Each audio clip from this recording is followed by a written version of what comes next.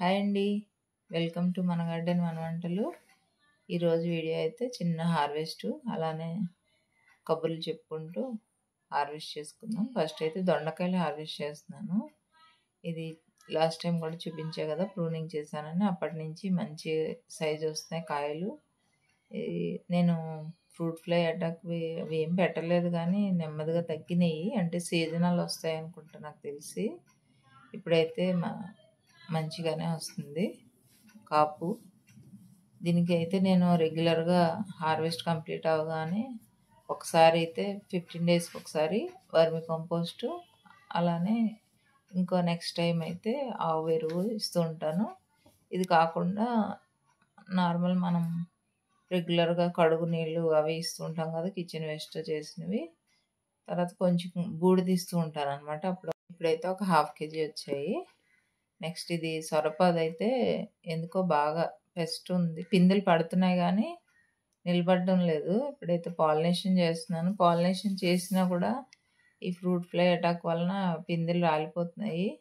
Already ఈ group వాళ్ళని అడిగాను అనమాట, గార్డెన్ గ్రూప్ వాళ్ళని అడిగితే వాళ్ళు ఒక పోషకాలోపం కానీ ఫ్రూట్ ఫ్లై అటాక్ కానీ అన్నారు.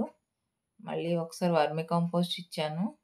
ఫస్ట్ అయితే ఈ ఎల్లో కలర్ అయిపోయిన ఆకులన్నీ తీసి పడేయమన్నారు, కానీ మొత్తం పాదంతా అట్లనే అయింది. రోజు కొద్ది కొద్దిగా తీసి పడేస్తున్నాను. పాలినేషన్ చేసిన వెంటనే ఏదైనా ఒక కవర్ కట్టేద్దామని అనుకుంటున్నాను అనమాట. ఎందుకంటే ఈ మెయిన్ దానివల్లే కాయలు రాలిపోతున్నాయి. ఈ ఆకులు ఈ ఎల్లో కలర్ అయ్యాక మళ్ళీ ఇట్లా పండిపోయి బ్లాక్ కలర్లో అయిపోయి పాదంతా పాడైపోతుంది. ఇది ఒక పిందె ఉంది, 2 పిందెలు ఉన్నాయి. చూడాలి నిలబడతాయో లేదో. ఈ ఆకులైతే నేను రోజు కొన్ని కొన్ని తీసి అట్లా దూరంగా వేసేస్తున్నా, లేదంటే కొంచెం అగ్గిపుల్ల గీసి అవి కాల్చేయాలి. వేరే మన కంపోస్ట్ బిన్లో అట్లా వేయకూడదు, ఎందుకంటే మళ్ళీ ఇదే పెస్ట్ మళ్ళీ అన్ని మొక్కలకి పాకుతుంది కదా. అందుకోసమే అయితే నేనైతే బయట వేసేస్తున్నాను దూరంగా. ఇంకొక టిప్ ఏంటంటే, ఈ ఆకులకి ఇట్లా అయినప్పుడు డే టైము కొంచెం అంటే ఒక 100 ml పాలకి ఒక 500 ml అంటే 1/2 లీటర్ వాటర్లో కలిపి స్ప్రే చేసినా కూడా చాలా బాగా పనిచేస్తుంది. నేను ఇంతకుముందు అయితే ఒకసారి ట్రై చేసా, అది సక్సెస్ అయింది. కానీ ఎప్పుడు రోజు రెయిన్స్ రావడం వలన స్ప్రే చేయడానికి అవ్వట్లేదు.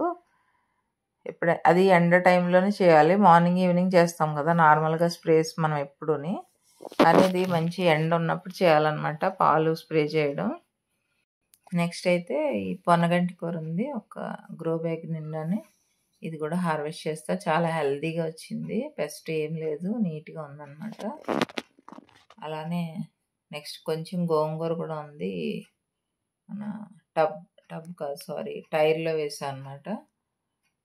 ఇది కూడా హార్వెస్ట్ చేస్తున్నా, పప్పులో వేసుకోవడం కోసం. రెండిట్లో వేసాను, ఒక్క దాంట్లో హార్వెస్ట్ చేస్తున్నాను. అలానే కొన్ని వంకాయలు ఉన్నాయి. వీటికైతే నేనేమి అసలు మంచి ఫుడ్ కూడా ఇవ్వట్లేదు, కానీ మంచి హార్వెస్ట్ వస్తుంది. ఈరోజు హార్వెస్ట్ అయితే ఇది. వీడియో నచ్చితే లైక్ చేయండి, షేర్ చేయండి, సబ్స్క్రైబ్ కూడా చేయండి. Thank you.